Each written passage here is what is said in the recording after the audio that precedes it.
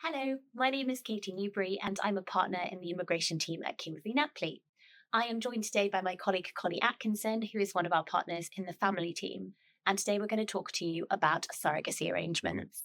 So a surrogacy arrangement is an arrangement whereby a surrogate carries the child for an intended parent or parents. There's usually no genetic link between the surrogate and the child, but not always. The surrogate under English law will always be considered the child's legal parent, and if she is married, then her husband, wife, or civil partner will be considered the second legal parent under English law.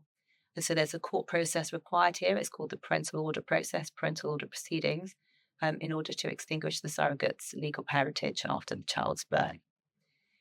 Anything that's purported to be a surrogacy contract or agreement in this country is not actually enforceable, although they can be useful. And I think the fact that they're not enforceable and also the fact that there's a shortage of surrogates often means that intended parents look abroad for their surrogacy arrangement, and therefore there's often an international element.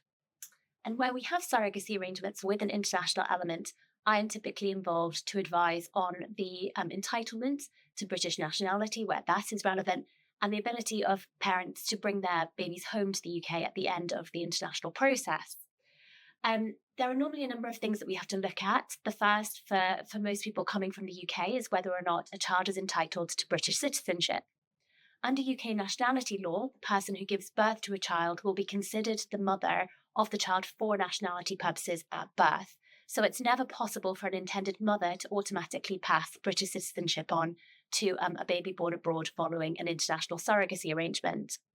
If we have a married surrogate, it's also not possible for a British intended father to automatically pass on citizenship, as the spouse would be considered the parent for those purposes. And in those cases, we need to think about whether or not a child can be registered as a British citizen, whether they can or need a visa to come back to the UK, whether they can get one and whether they need one. And we also need to think about whether they will become British down the line on the making of a parental order, a process that Connie will talk about more. There's a lot to consider, and this will vary depending on the jurisdiction that we're looking at. For instance, is the baby entitled to another nationality at birth, and will they be able to get a travel document representing that nationality to allow them to travel in the absence of a British passport?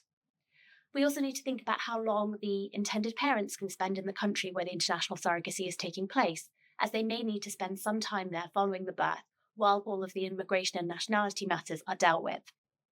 Finally, it's really important that the UK immigration and family law aspects are considered together and those processes are looked at the earliest opportunity. And on that point, I'm going to hand back to my colleague Connie to talk about that further. Thank you. So following the child's birth, an application needs to be made for a parental order. That is done by making an application to the local court, and if it's an international surrogacy arrangement, it will be transferred up to the High Court. There's a number of criteria that you need to meet to be able to make the application for a parental order, and they're set out as Section 54 or Section 54A of the Human Fertilisation and Embryology Act. And so we call them the Section 54 factors. So those factors are the application needs to be made either by one person or two people. If it's two people, they need to be married, civil partners, or in a long-term enduring family relationship. The pregnancy has to have occurred by placing in the surrogate embryo or sperm and eggs or her artificial insemination. Next, in terms of criteria, at least one of the applicants needs to be domiciled in England and Wales. One of the applicants needs to be genetically linked to the child. The application needs to be made within 6 months of the child's birth.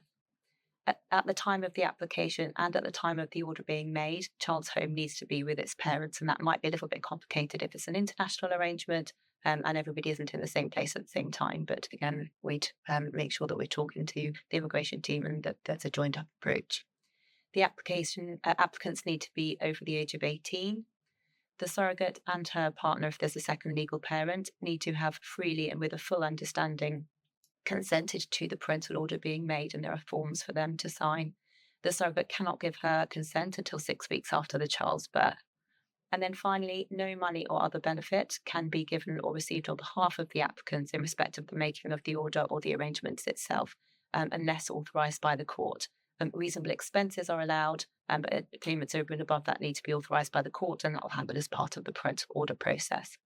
And so then finally, in terms of the process, it's an application to the court, and then initial directions are usually made on paper by the judge, directions for the filing of statements, for a parental order reporter to be appointed, and then for a further hearing to take place.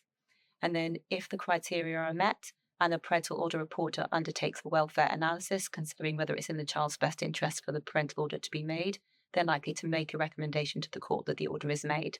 And then at any final hearing, the court does the same thing. It considers the Section 54 criteria, it considers the welfare report and the welfare analysis, and if it's satisfied, then the parental order will be made on that day.